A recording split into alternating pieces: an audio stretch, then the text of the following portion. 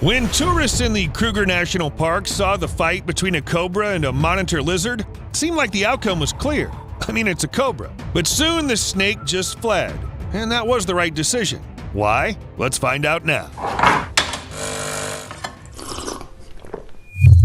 This video was filmed in the Kruger National Park in South Africa by one of the tourists. Just look at this. The cobra embedded its fangs in the monitor lizard's back, but it keeps trudging forward as if nothing was happening. This bite looks dangerous. The fangs must have gone deep, but the monitor lizard stubbornly moves forward. It's like, I don't know, like he has more pressing matters to attend to. The witness said that over time the lizard started to get weaker, but the approaching car scared the cobra off. The monitor lizard was sitting on the road for several hours, only occasionally flicking his tongue. Did he manage to survive? This is a rather difficult question. And why did the cobra decide to attack such large prey anyway? In India, people saw another duel between a monitor lizard and, this time, a king cobra. And this fight was even weirder, because king cobras prefer to hunt other snakes. And monitor lizard, well, how should I put it? It's not a snake, really. The fight lasted for several minutes until both opponents left, and later the researchers suggested that this was some sort of a misunderstanding. The cobra could mistake the monitor lizard's tail for another snake and attack. Oh, snake! What the? In fact, after learning about the crocodiles who mistake elephants for their prey, nothing surprises me anymore. Alright, let's say it's clear why a cobra attacks a monitor lizard, which can be much bigger than the snake itself. But how can a monitor lizard even survive such an attack? The cobras have deadly fangs, about 0.3 to 0.4 inches long, and can bite through almost any skin, except for, I don't know, an elephant, for example? Monitor lizards can't boast very thick skin. Instead, nature blessed them with built-in chainmail. If the rest of the lizards have osteoderms, that is, occasional hard patches of skin, Komodo dragons have an entire helmet. 4 different types of osteoderms cover their heads, effectively protecting vital areas. Nature has provided the perfect armor in the areas where the animal is especially vulnerable. Maybe that's the reason why they're so tough. But the bone chainmail only protects the head. Anyway, if monitor lizards are incredibly resilient to snake attacks, why shouldn't lizards start eating them? Well, actually, they do. This video was filmed in February 2021 in Singapore, where a monitor lizard decided to eat a python and overestimated his strength a bit. Look, the lizard threw it up. The entire snake. It's like squeezing toothpaste out of a tube, only way more nasty. Though actually, this is a fairly common behavior for monitor lizards. They don't know how to chew food, so they swallow it whole, and sometimes there's simply not enough space inside. I already mentioned that monitor lizards use trees to push large prey into their mouths. Good thing there were no trees near this one. Still, a python is not a cobra. What do scientists think about the confrontation between monitor lizards and cobras? After all, many monitor lizard species are natural predators of venomous snakes. They have to deal with venom somehow. The well-known expert on monitor lizards, Daniel Bennett, says in one of his books that these lizards don't have any particular resistance to snake venom. Why monitor lizards don't die after fights with cobras every time they decide to eat them is a mystery. Bennett says it's still not clear how monitor lizards do this. Yes, they're almost invulnerable when snakes spit out the venom because they simply close their eyes while eating. But snakes can still bite. I'm starting to feel like there's more speculation here than scientific evidence. Why is that? Is it difficult to study monitor lizards? But Steve and I have managed to find something. You must have seen those forked tongues monitor lizards stick out from time to time. Reptiles use it to sniff and evaluate the environment. Their sense of smell is so keen they can tell from a distance whether another monitor lizard nearby is male or female. But that's not all. Monitor lizards smell venomous snakes from a distance, and they don't even need to see the actual snake. That's some unattainable level. No, seriously, how is this supposed to look like?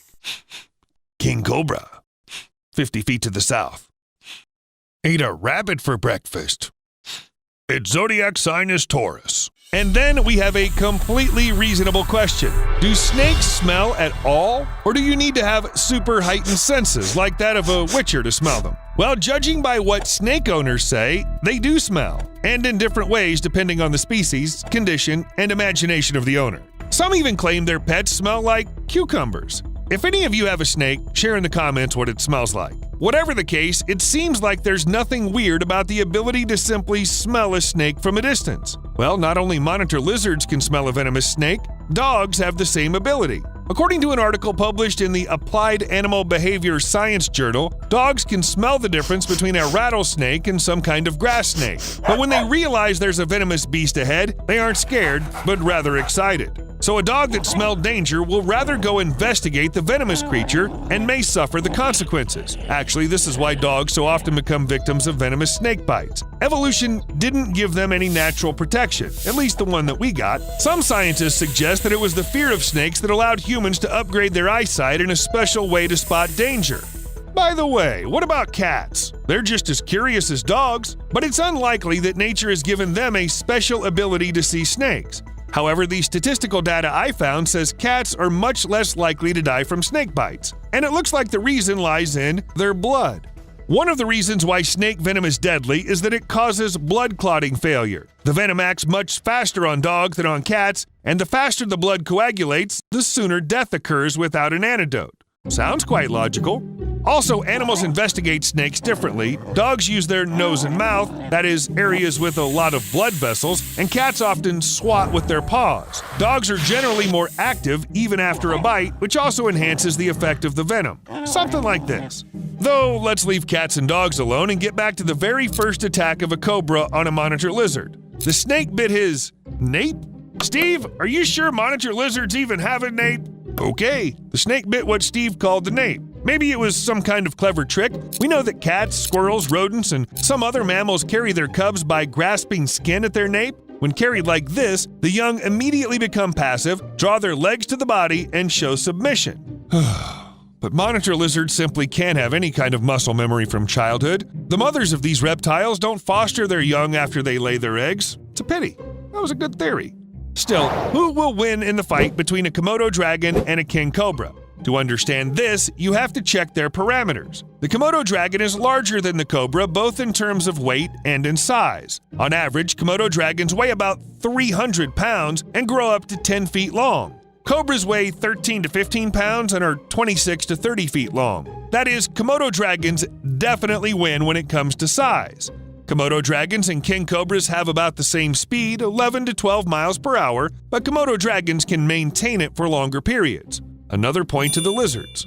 The bite of lizards is not very strong, but their teeth are quite sharp. At the same time, cobras have very toxic venom, so it's clear who wins here. What about defense? Komodo dragons have strong skin and speed. The king cobra is adapted to hide and scare off enemies by spreading the hood. Well, I think the lizard wins here. Though it seems to me this is a confrontation between two equally strong animals. It all depends on who bites first. Either the cobra will inject venom or the monitor lizard will deal fatal blows. And if you think the monitor lizard's bite is some kind of joke compared to cobras, check out what these creatures are really capable of. Attention, don't repeat this. All stunts are performed by professionals.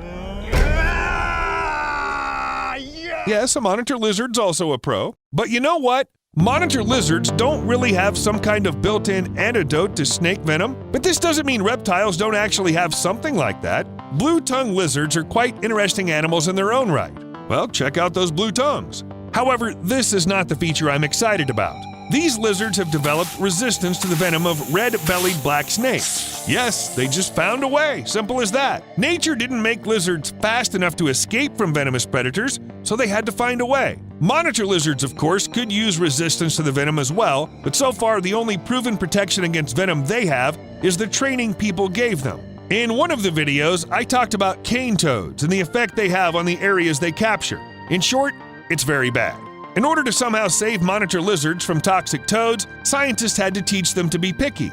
Just imagine, an adult toad has to be in the mouth of the monitor lizard for only 30 seconds to fatally poison it. That is, tasting and then spitting them out is not an option. So scientists had to feed monitor lizards with small, less toxic toads, using a fishing pole. The toxins of such toads made the monitor lizards get sick but didn't kill them. And in the future, they tried to stay away from dangerous food as far as possible. It's surprising that it took the monitor lizard so little time to understand and remember everything. On the other hand, well, they are called one of the smartest reptiles on Earth for a reason. Some species learn to count snails while feeding and display various personality traits, as well as using their forearms to extract insects from logs. Employees at the National Zoo in Washington, D.C. report that monitor lizards housed there instantly recognize their human keepers. But what if a Komodo dragon and a cobra find themselves in some completely new, unusual environment? For example, in water. Let's say we take this couple and put them in a pond. Will they drown? In fact, the first thing that a Komodo dragon will do is get stressed. These guys generally don't stray far away from home and rarely go beyond the valleys where they hatched. Not because the lizards are too slow and lazy, they move around their territory a lot. But I already mentioned speed before. They just don't like leaving home. For the same reason, they rarely swim, although they know how to do it, and why would they? At the same time, cobras, well, although not being water snakes, cobras are excellent swimmers. If the cobra needs to, it will swim. Oh, and here's another fact Steve found. Water doesn't prevent venomous snakes from biting their prey. They can't accidentally drown, and the venom is not dissolved. In short, if a Komodo dragon and a cobra were to fight in the water, I'd still bet on the snake. See you later.